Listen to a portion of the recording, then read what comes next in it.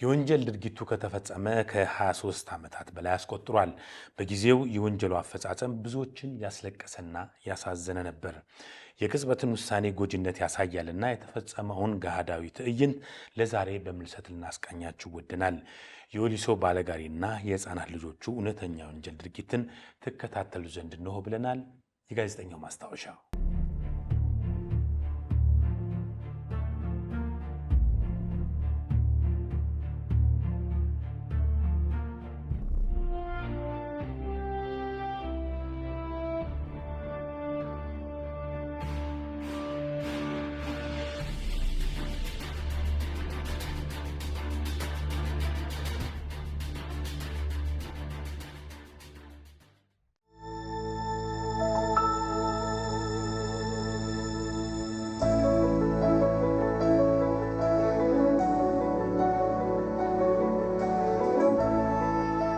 ወሊሶ ውስጥ ብዙም ባይደሰት ብዙም ያልከፋው በድህነት ፍቅር የሞቀ ቤተሰብ ነበር። የሳሳዋ ጎጆ ባዱኛ በረከት ባትታደልም በልጅ በረከት የተሞላች ነበረች። ከእጅ ወዳፍ የምትባል ሕይወት የሚገፉ ባልና ሚስት 7 ሕፃናት ልጆችም ወልደዋል። የዕድሜ ባለጸጋ የሆኑ ሴት አያታቸውም የልጆቹ ተንከባካቢ ናቸው። እናት ከጓሮም ከገበያም ያገኘችውን አትክልት ከተማ አቋርጣ ራቅ ብላ እየሄደች ሸጣና ትርፋ በምትኩ ለልጆቿ ቀለብና አስፈላጊ ነገሮችን ይዛ የምትመጣ በራ አዳሪ ነበረች። ጠዋት በወፎች ድምፅ ተነስታ ከወፎች ድምፅ ጋር የበረረች፣ ማታ የልጆቿን ቀለብ በጥርሷ ይዛ በራ እንደ ወፊቱ ወደ ጎጇ ትመለሳለች። የልጆቹ አባትም ባለጋሪ የሚባል በበጋ ፀሐይ በክረምት በዝናብ ጋሪውን እየጋለበ ከቦታ ቦታ ሲንከራተት የሚውል ባተሌ ነበር። ባልና ሚስቱ ቀኑን ሙሉ ለልጆቻቸው ሲማስኑ፣ ዕድሜ የተጫናቸው የልጆቹ አያት ደግሞ ምስሉንም ጥሬውንም እያዘጋጁ ሆድ ባይሞሉም ተቃምሰው ያድራሉ። ሕይወት አስቸጋሪም አንዳንድ ጊዜ ፈታኝ የምትሆንባቸው የልጆቹ ወላጆች ነገ ልጆቻቸው ተምረው ኑሯቸውን ሲለውጡ እነሱም ከድህነት ሕይወታቸው ሲላቀቁ አሻግረው በተስፋ እያዩ ችግራቸውን በነገ እያዋዙና ማጣታቸውን በተስፋ እያከሙ ሕይወት በዚያች ጎጆ እንዲህ ቀጥሏል። የቤቱ ትልቅ ልጅ የ12 ዓመት ታዳጊ ነው። ከሱ በኋላ እንግዲህ 6 ማቴዎች አሉ ማለት ነው። ሕፃናቱ ሁሉም ድንቡሽቡሽ አሉና የድሃ በሬ የሚሏቸው አይነት ተመልካች በድሎት የሚኖሩ የሚመስሉ ናቸው። እናትም እንደ ወፍ በራ፣ አባትም በጋሪው እየከነፈ፣ አያትም የማጀቱን ሥራ እያቀላጠፉ ሕይወት ሰላም ከሌለበት የሀብታም ቤት በላቀ ሁኔታ በደሳሳዋ ጎጆ ተጽፋ ትነበባለች። በተለይ ማታ ማታ ሁሉም ወደ ጎጆ ሲሰበሰብ ሳቅ ይፈጠራል፣ ጨዋታው ይደራል። ብዙ ጊዜ የብዙ ነገሮች መነሻም መደምደሚያም አንድ ቀን ይሉት ንግርት ነው። አንድ ቀንም ቁጥሩ አንድ ቀን ይሁን እንጂ የዓመታት ያህል የበረታና የገዘፈ አንድ ቀን አለ። ደሞ ባይመጣ ደግሞ ባይከሰት ብለው የሚመኙት ያ አንድ ቀን ሊረሱት የማይችሉት ጥሎት የሚያልፈው ስብራት በአንድ ዘመን የማይሽር አንድ ቀን አለ። ድንገት ተከስቶ ድንገት የሚከወን ያልታሰበበት የደም ፍላት ውሳኔ። እናም ከ20 ዓመታት በፊት አንድ ቀን በወሊሶ ሰማይ ስር ወደ ገደለው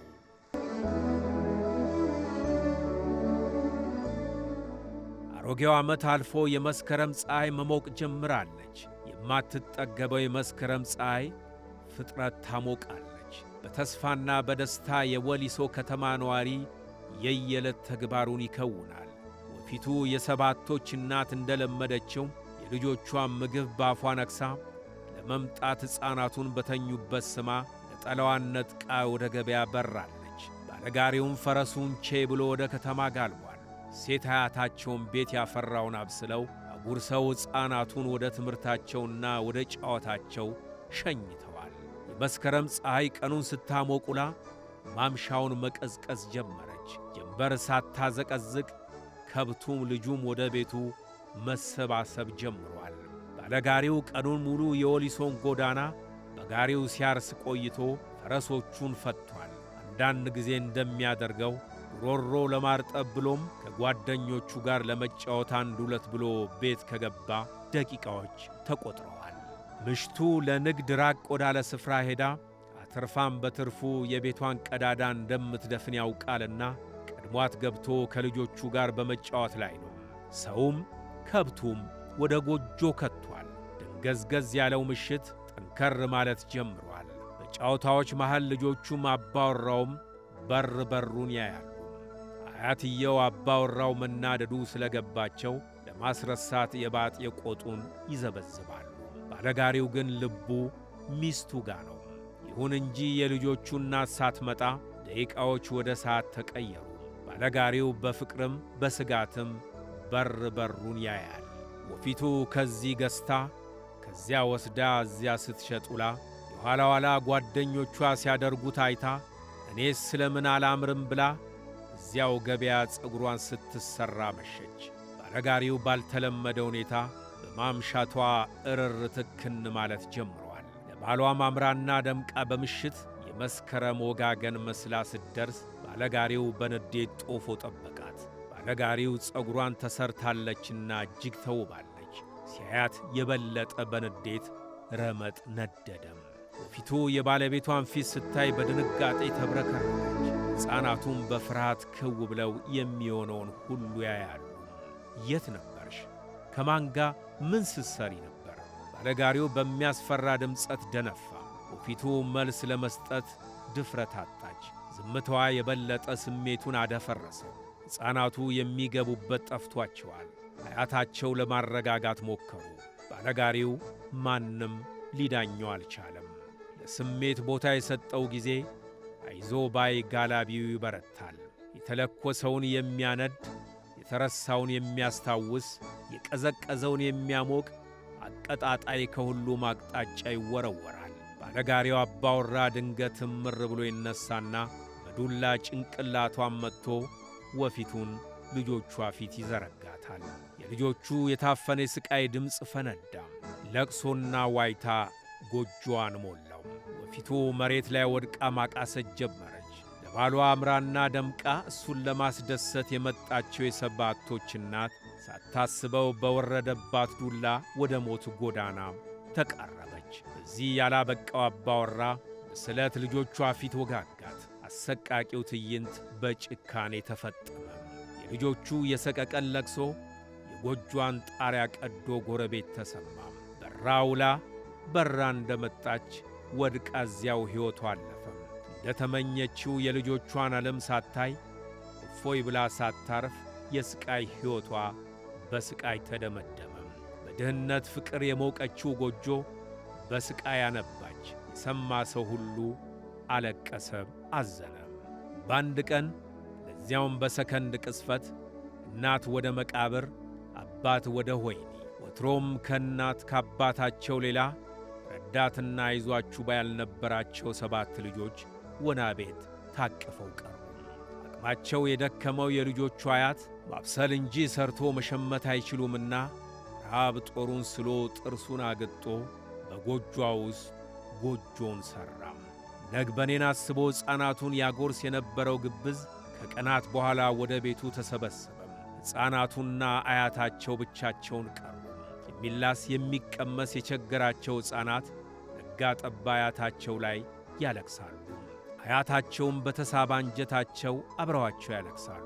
ትልቁ የ12 ዓመት ታዳጊ ወጣት የሚያደርገው ቢያጣ የእህቶቹንና የወንድሞቹን የዳቦ ጥያቄ ቢያስቸግረውም የአባቱን ጋሪ አበጃጅቶ ባልጠና ጉልበቱ ቼ ማለት ጀመረም። ቀኑን ሙሉ ሲባዝን ውሎ ዳቦ ይዞላቸው እየበረረ ይመጣል። አሳዛኙ ገሃዳዊ ትራጀዲም ከዚህ በኋላ ይቀጥላል። ታዳጊው በጋሪው እየሠራ ወንድምና እህቶቹን ጥሬ ከማቃመስ አልፎ አባቱን በጣም ይወድ ነበርና ከሚያገኛት እየደበቀ ወህኒ ቤት ስንቅ ይዞለት ይሄዳል። በሠራው ወንጀል እጅግ የተሳቀቀ አባቱም እናቱን የገደለበት ቀንበጥ ልጁ ከሕፃናቱ አፍ ነጥቆ ስንቅ ይዞለት ሲመጣ አምርሮ ያለቅስና ይጸጸት ስለነበር ፖሊሶች ታዳጊውን መክረው ስንቅ ይዞ እንዳይመጣ አደረጉት። አንዳንድ ጊዜ አንድ ጉዳይ ሲፈጠር የሚከተለው ጓዝ ይበዛል። መከራ መከራን ይወልድ ይመስል የሕፃናቱ መከራ ሌላ መከራ አዋለደም። የግፍ ግፍ በእንቅርት ላይ ጆሮ ደግፍ እንዲሉ ለጊዜውም ቢሆን ለዳቦ መግዣ ይጠቀምበት የነበረው የጋሪ ፈረስ በሐዘን ይሁን በምን እንደሆነ ሳይታወቅ ሁለት ዓይኑ ይታወራል። የገቢ ምንጭ የነበረው ፈረስም ጧሪና እርዳታ ፈላጊ ሆነም። ይህን ጉድ የሰማው አባት በጸጸት ጤናው ታወከም። እናስ ምን ይደረግ? የሚችሉትን ሁሉ ሲያደርጉ የሰነበቱት የወሊሶ ፖሊሶች ሃሎ ብለው ልብ ወለድ የሚመስለውን መራር ታሪክ አወጉኝ። መስማቱ ከበደኝ። ልቤ በሐዘን ደማ። በዝለ ሕሊናዬ ሕፃናቱ ታዩኝ። ሳልውል ሳላድር ካሜራ ይዤ ወደ ወሊሶ በረርኩ። አፌን ደምደም እያለው ውስጤ በሐዘን እየታመሰ ወሊሶ ገባው። ቤቱ ሊፈርስ የደረሰ ከደሳሳም ደሳሳ ነው። በሐዘንና በችግር የተጎሳቆሉትን ሕፃናት አገኘኋቸው። ዕድሜ የተጫናቸውና ጤና ያጡት የሕፃናቱ አያት በልጃቸው ሐዘን ክፉኛ ተጎድተዋል። ግን የሚወርድም ባይላቸውም ፈሶ ፈሶ አልቋል። የሆነውን ሁሉ በካሜራና በብዕር አስቀረው። በፖሊስ አቅሜ የቻልኩትን አደረው። ካለማድረግ ይሻላል እንጂ በጊዜው የተሰማኝን ሐዘን ዛሬ ለማስታወስ አልፈልግም። ብቻ የአንድ ቀንን ጉልበት አየሁበት። ለካ አንድ ቀን ከብዙ ቀን የሚበልጥበት ጊዜ አለ። ለመሆኑ አንድ ቀን ስንት ነው? ከሁሉም የማይረሳኝ አቅመ ደካማ አያታቸው ስለዚያች ጎዶሎ ቀን በእንባ ሲያወሩ በዝምታ አንገታቸውን ደፍተው የሚያለቅሱት ሕፃናት ቦይ እየሠራ የሚወርደው እምባቸው ነው። ሁሉም አንገታቸውን አቀርቅረው ዝም ብለው እምባቸው እንደ ጅረት ይፈሳል። ብዙ ጊዜ ለስሜት ተገዢ ሆኖ የሚፈጸም ተግባር መዘዙ ብዙ፣ እርካታው ግን ኢምንት። ሕፃናቱ ምን በደሉ? ምንስ አጠፉ? የሁሉም ጥያቄ ነበር። ከቀንም አንድ ቀን ከሰዓታትም ሽራፊ ሰከንድ እንዲህ አንድ ዘመን ያህል ይታወሳል። ፕሮግራሙም በእንባ ጭምር ለአየር አበቃ ነው። ደጉ ሕዝብ ተረባረበ። ሕፃናቱ ረዳትና አሳዳሪ አገኙ። ኑሯቸው የተደላደለ ቱጃርና ሀብታሞች የተወሰኑትን ልጆች ሊያሳድጉ ወሰዱልኝ። ይህ ታሪክ ከ20 ዓመት በላይ አልፎታል። ዛሬ እነዚያ ሕፃናት የትና በምን ሁኔታ ላይ እንዳሉ አላውቅም። በድህነት ጎጇቸው ተምረው ሰው መሆን ሲችሉ በአንድ ቀን ወላጆቻቸውን በሞትና በስር ተነጠቁ። ፊታቸው በአባታቸው ሕይወቷ ያለፈ እናታቸውንስ እንዴት መርሳት ይቻላቸው ይሆን? አሁን ልጆቹ የትና እንዴት እንዳሉ የማውቀው ነገር የለም። ካሉ ባገኛቸው ደስታዬ ወደር አይኖረውም። እናም ድምፃዊው ባለጋሪው ሲል ሁሌም ትዝ ይሉኛል።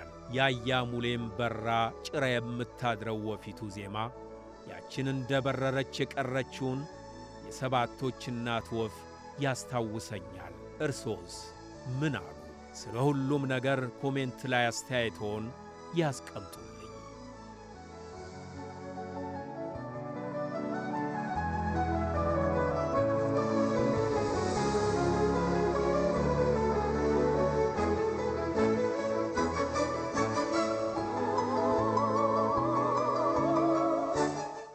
እንግዲህ የተከበራችሁና የተወዳጅ ተመልካቾቻችን የዕለቱን ፕሮግራማችን በዚሁ አጠናቀናል።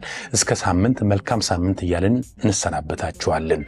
ካቴና የተሰኘውን ዩቲዩብ ቻናላችንን ሰብስክራይብ በማድረግ የተለያዩ ኮሜንትና አስተያየቶቻችሁን እንድትሰጡን እንጋብዛለን። መልካም ዕለት ሰንበት። ጤና ይስጥልኝ።